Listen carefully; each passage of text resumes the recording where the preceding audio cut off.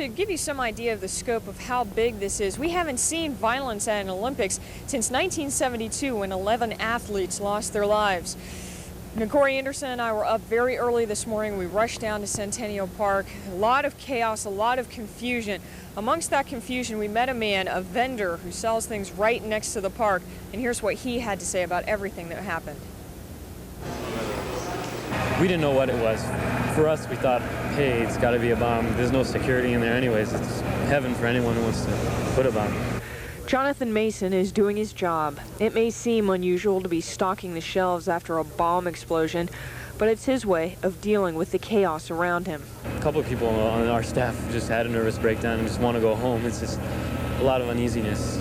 There's uneasiness everywhere in Atlanta as the choppers beam their spotlights from the sky. There's also confusion and frustration. People were pretty much angry at the fact that the security was bad because a lot of people walked in with bags that were completely full and no one checked them. I can tell you that security has been stepped up today. I don't think anybody's going to be walking in with bags that are unchecked. Just to get on top of the AT&T building is where we are right now.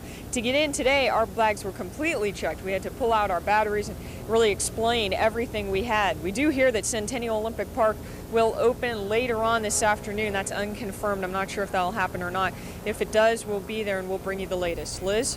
Now, Suzanne, that Centennial Olympic Park is where we've seen your live shots throughout the past week. Can you tell us about where in that park that explosion happened? Are you familiar with exactly where that blast occurred? Yeah, I sure am. We are located on top of the Chamber of Commerce in that park. Now that's towards the back of the park, the north end of the park, right by the CNN Center.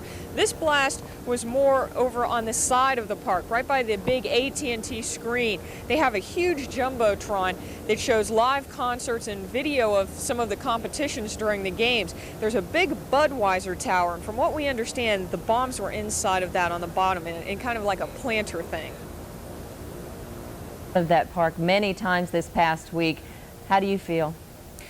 Liz, it's really hard to explain how we feel. We're going to bring you more, and we'll probably be able to sort that out a little bit now. We're running on adrenaline. Back to you.